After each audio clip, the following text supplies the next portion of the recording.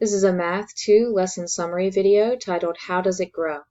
This is a practice understanding task. The purpose of this lesson is for students to describe the rate of change of a function and practice creating multiple representations. In this task, you're given a series of problems. For each one, we need to identify whether or not the relation is a function, determine if the function is linear, exponential, quadratic, or neither, describe the type of growth, and create one more representation for the relation.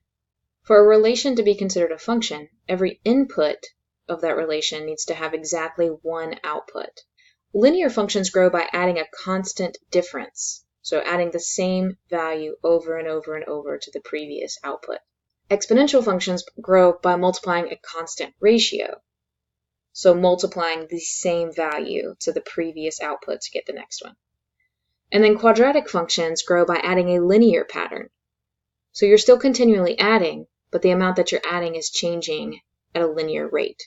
So the first difference of a quadratic function is linear. The relationship between the number of dots in a figure and the time t. So let's take a closer look at each figure, and let's start by just recording how many dots are in each figure. So when t equals 1, there's 1 dot. T equals 2, there's 3. T equals 3, there are 6. And t equals 4, there are 10. So I can see how this is changing. We're adding 2 dots at first, and then adding 3 dots, and then adding 4 dots. So there is linear growth because I have a predictable linear pattern. That means we can use a quadratic function to model the growth. And I do know it's a function because for every value of t, there's only one specific number of dots that could be in that figure. Now let's work on creating another representation. In Desmos, I'm going to press the plus button to add an item and select table. If t was 1, 2, 3, or 4. When t was 1, there was 1 dot. When t was 2, there was 3 dots. And then it went to 6 and then 10. Can't see all my dots, so I'm just going to click and drag. And I can see that familiar quadratic pattern where I'm going up 2, then going up 3, then going up 4, and I have this piece of the parabola. If your other representation, if you wanted to create an explicit equation, I'm going to use my strategy of where I double the figure and then rotate it 180 degrees.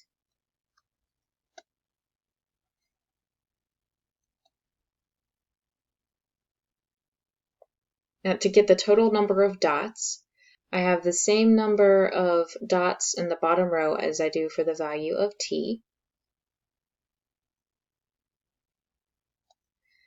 And I have 1, 2, 3, 4, 5 rows, so I have t plus 1 groups of t. So there's one group of t, another, that's 3, 4, one more group, then t. Same thing happens here. I have one group of t, and then I have 4 groups of 3.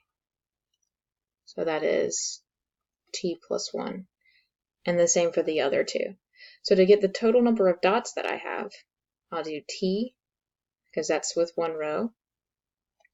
And I have t plus 1 rows of t dots. So to get this relationship to work, remember we did have to double the number of dots that were in our figure. So that means for our final answer, we'll need to divide by 2. All right, let's look at one more question.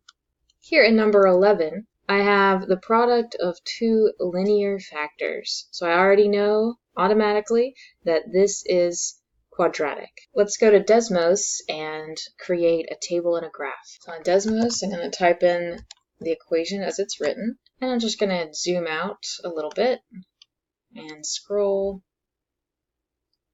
It is still a little hard to see, so I'm going to go to my graph settings and change my x-axis. Instead of it going all the way from negative 39.8 repeating to 40.112, let's just take a look between negative 10 and positive 10.